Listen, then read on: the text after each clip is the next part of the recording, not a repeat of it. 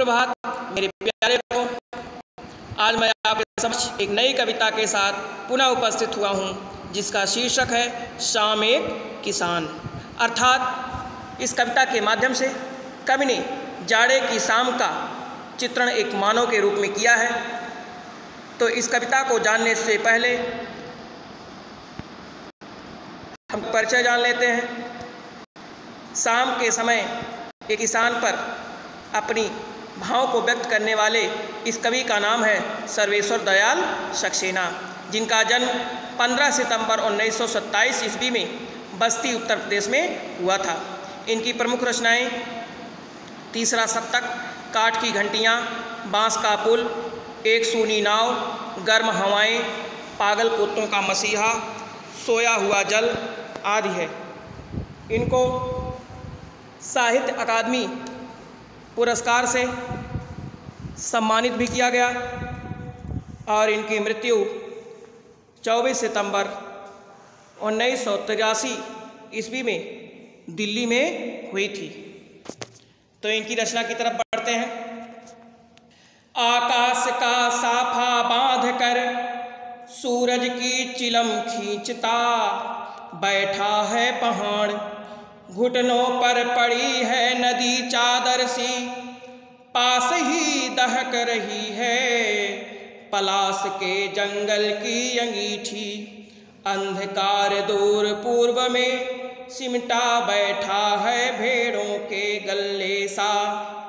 तो इन पंक्तियों के माध्यम से कविवर सर्वेश्वर दयाल सक्सेना जी कहते हैं कि मानो एक किसान शाम के समय का वर्णन करते हुए वे कहते हैं कि मानो एक किसान आकाश का यानी कि आसमान का साफा अर्थात पगड़ी को बांध करके और सूरज की चिलम खींचता, और उस समय सूर्य अस्तांचल की तरफ जाते हैं तो हल्की हल्की लौ के साथ सूर्य अस्त होते हैं। तो उस सूर्य को देख करके मानो चिलम के साथ जैसे कोई गांजा पीता हो, कोई बीड़ी पीता हो, और चिलम के समान उसकी कल्पना यहाँ पर कवि ने की है कि सूरज की चिलम खींचता, मानो वह किसान सूरज की चिलम खींच रहा है और पहाड़ है बैठा घुटनों पर। और किस तरह बैठा है? मानो वह पहाड़ की तरह बैठा हुआ है और उसके घुटनों पर अर्थात पहाड़ से जो नदियाँ निकलती हैं वह चादर सी प्रतीत हो रही हैं, चादर के समान, चद्दर के समान प्रतीत हो रही हैं। और पास ही दहक रही है पलास के जंगल की अंगीठी, और पलास ढाक के वृक्ष जब पुष्पों से लदे होते हैं तो उस समय खूब लाल लाल दिखाई पड़ते हैं। तो उसे देख करके कवि कहता है कि वे लाल लाल फूल मानो जैसे लगता है किसान अंगीठी जला करके सामने बैठा हुआ है और अपने हाथ पांव को अंगीठी के माध्यम से गर्म कर रहा है। और आगे कवि कहता है कि अंधकार दूर पूर्व में सिमटा बैठा है भेड़ों के गले से, और अंधकार जैसे पूरब दिशा में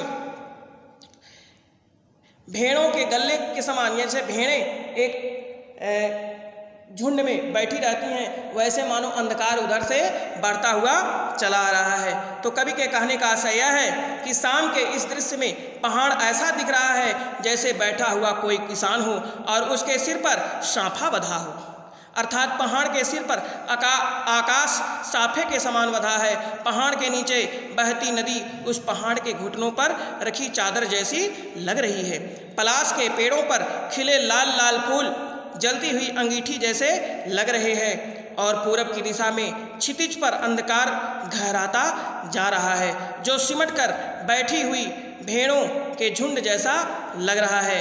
पश्चिम दिशा में अस्त होने जाता सूरज चिलम पर रखी सुलगती आग जैसा प्रतीत हो रहा है, और चारों ओर का वातावरण शांति से युक्त हो गया, यानी कि पूरा शांतिमय बन गया है। तो कहने का आशय यह है, कुल मिला जुला करके जाड़े की शाम का कवि ने एक प्राकृतिक मानवीय रूप दिया है, और वह मानव को के साथ जो जाड़े के समय में घटनाएं घटित होती हैं उसका स्वरूप जैसा होता है, ठीक उसी प्रकार से जाड़े के समय में जो सायंकालीन बेला होती है उसके दृश्य का वर्णन किया है। तो बच्चों, आज आपने क्या सीखा है? हम चलते हैं कुछ बहुविकल्पीय प्रश्नों पर। प्रश्न नंबर 1, कवि का जन्म कब और कहाँ हुआ था? कवि का जन्म कब और कहाँ हुआ था? आपके विकल्प हैं का 15 सितंबर 1927 ईस्वी में बस्ती में, ख 15 नवंबर 1927 गोरखपुर में, ग 13 सितंबर 1928 गाजीपुर में, घ 18 जनवरी 1929 आजमगढ़ में। तो बच्चों आपने अनुमान लगा लिया होगा कि आपका कौन सा विकल्प सही है। तो आपका विकल्प का सही है 15 सितंबर 1927 ईस्वी बस्ती में।